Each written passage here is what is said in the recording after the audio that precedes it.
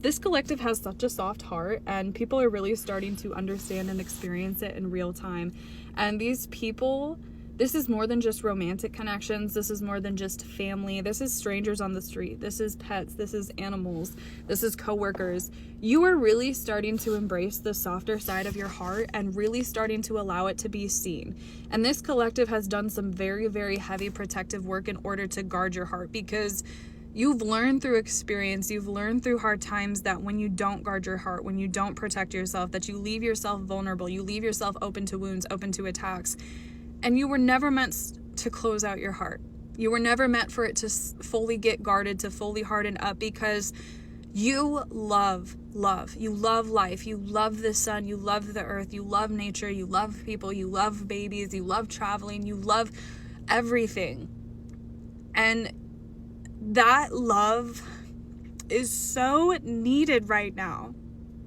It's so needed. And yeah, it might be sappy or weird to be a person who walks outside and starts crying at the architecture or the sun, or who just starts basking in appreciation and gratitude. And it can be scary and hard and exiling to be someone who is so emotionally open, who is so at peace, who is so pure. But that is your soft spot. That is your grace.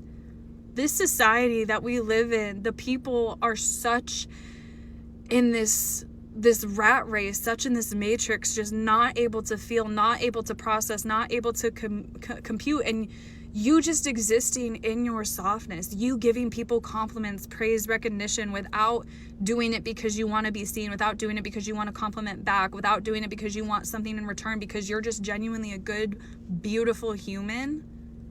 People need to see that. It's like, even if it's not the people receiving the compliment, receiving the praise, if they're just seeing that. Again, I feel like we lost the art of touch and communication and community.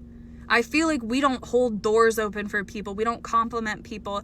We don't help people out the way that we used to. And so you even just smiling and saying, have a good day to someone could be that person's best interaction that they had with a human that whole day.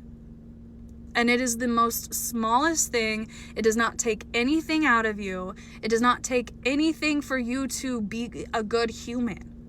And again, you've been made to feel guilty because everybody around us right now is just such in the dark clouds, in the abyss, just living day by day, just not seeing the joy in life. And why are we being made to feel guilty for enjoying life?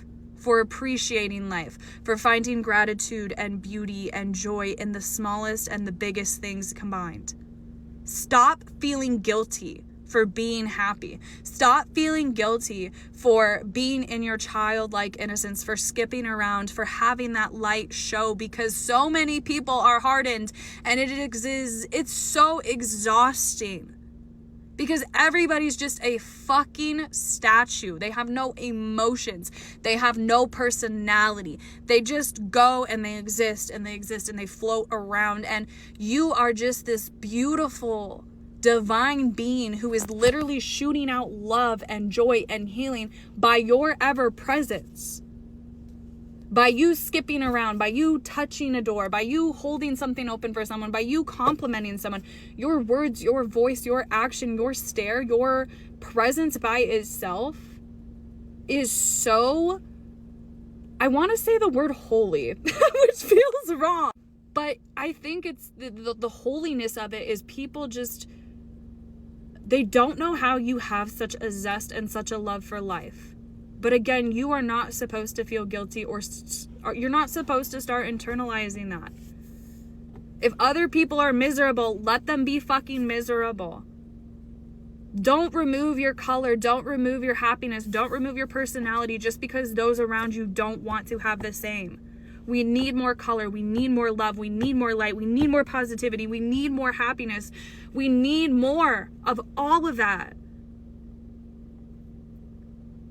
And you have been made to feel like you can't be those things because everybody who doesn't want to see the vibration of this earth rise wants you to feel that way, wants you to get trapped in the rat race, wants you to feel depressed, wants you to feel like there's no hope, wants you to feel like it's bad to be celebrated.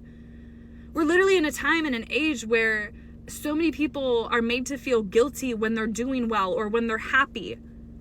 Why? Why? We need happiness and joy more than fucking ever, because the state of the world that we're in right now, I'm not promoting toxic positivity. I'm not saying to neglect all of the bad that's happening, but if we just sit and we fester in that energy, how can we ever expect for things to change for the better? That is a ridiculous assumption, and it is incorrect. You have to change in order to change. And if we want more positivity, more light, more community, more family, guess what? We have to go into that energy, not out of it.